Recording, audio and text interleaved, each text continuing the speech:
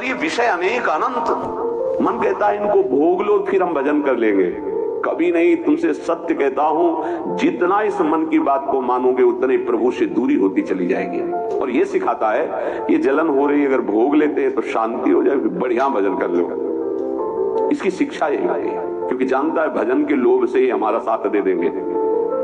साधक जहां उसको उसकी इंद्री का भोग दिया मन को, बस फिर वो उसको ऐसा फंसा के पटकता है कि भजन कब कहां कैसे हो रहा था सब गायब हो जाता है। और वही भोग चिंतन, वही विषय चिंतन, वस्तु चिंतन, शरीर चिंतन। बहुत सावधान। इसलिए वास्तविक अनुराग प्राप्त करने के लिए भोगों का राग, शरीर संबंधियों का राग छोड़ना ही होता है।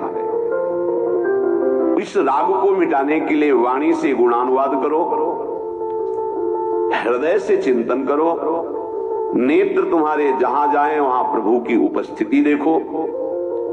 देखो भक्तों का चिंतन चिन्मय होता है, वो सब जगह अपने चिन्मय आनंद प्रदान करने वाले भगवान को देखते हैं। वो अपने प्रभु से भिन्न न किसी वस्तु को देखते हैं, न व्यक्ति को देखते हैं। हम गलती यही करते हैं कि जहां हमारी दृष्टि जाती है वहां हम वस्तु, व्यक्ति, विषय देखते हैं, ना कि प्रभु को।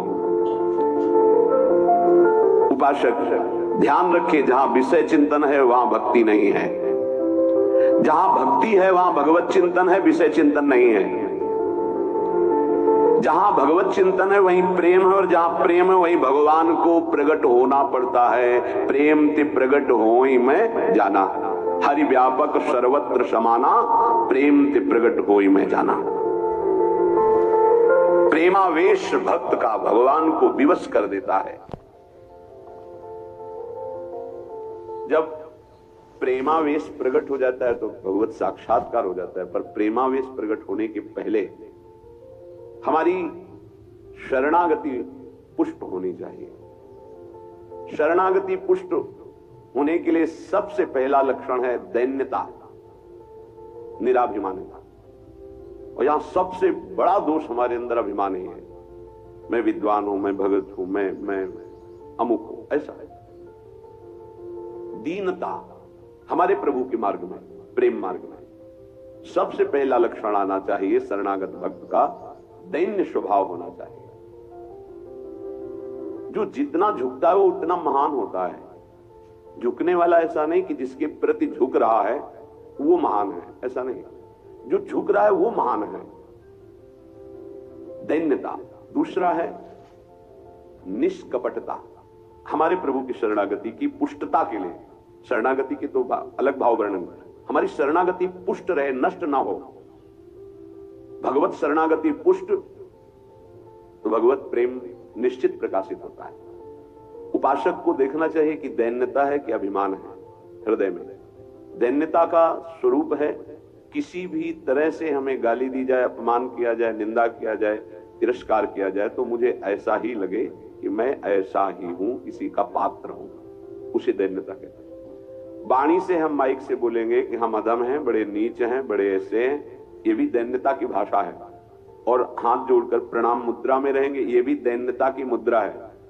लेकिन यहां हृदय की दैन्यता को कह रहे हैं कि जब कोई दूसरा कहे तू नीच है, अधम है, पाखंडी है, दंभ करता है, भक्ति नहीं है, और अपने को सीधी बात ये लगे कि सही बात है, मैं ऐसा ही हूं, इसे दैन्यता कहते हैं। शरणागति हमारी जो विक्षिप्त हो जाती है, जो दोषयुक्त हो जाती है, जो पूर्ण नहीं हो पाती शरणागति, उसका कारण देहाभिमान, उसका कारण गुणाभिमान, साधनाभिमान, इनमें से कोई ना कोई अभिमान होता है। इसलिए कह रहे सबसे पहला लक्षण बाबा की विचार में है दैन्यता, और ये बहुत प्रिय है दैन्यता भगवान को।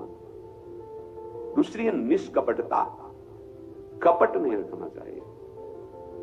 हरि और गुरुदेव, हरि गुरु चरण सेवा अनुसरहु, अर्चन बंधन संतत करहु, दास संतन कर सुखता।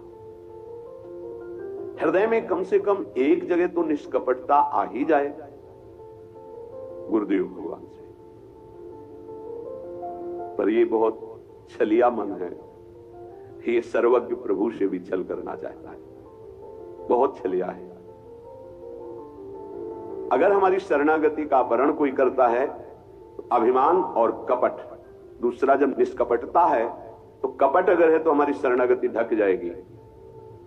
मोहि कपट छल छिद्र न भावा, मेरे प्रभु कह रहे हैं। यही दरबार दीन को आदर, पक्की बात।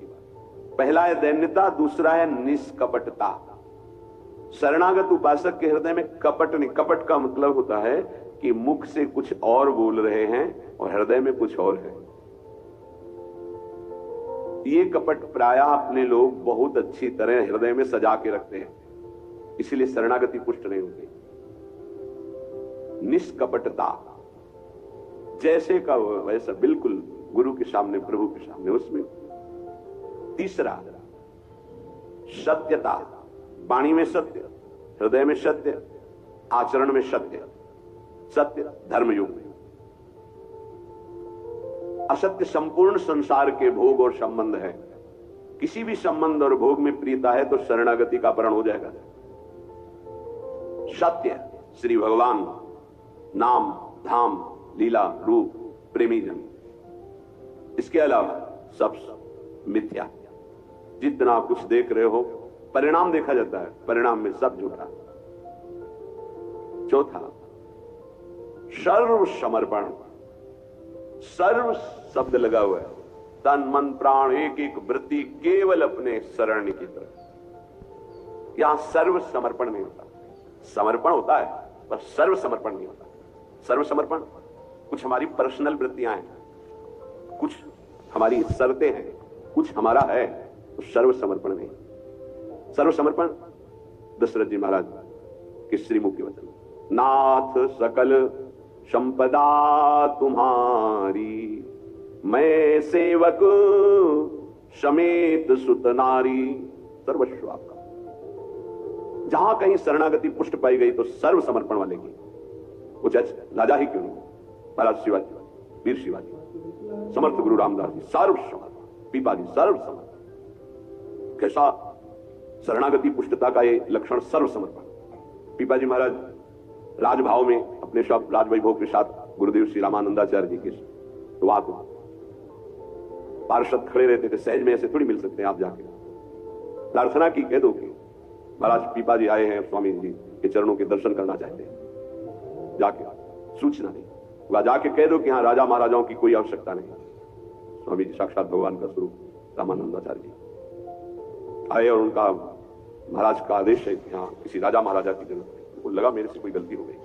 अच्छा, समस्त राज सैनिकों को, राज पोशाक को, सब एक साधारण को कह दीजिए कि नीच पीपा दर्शन करना चाहता है श्री चरणों के।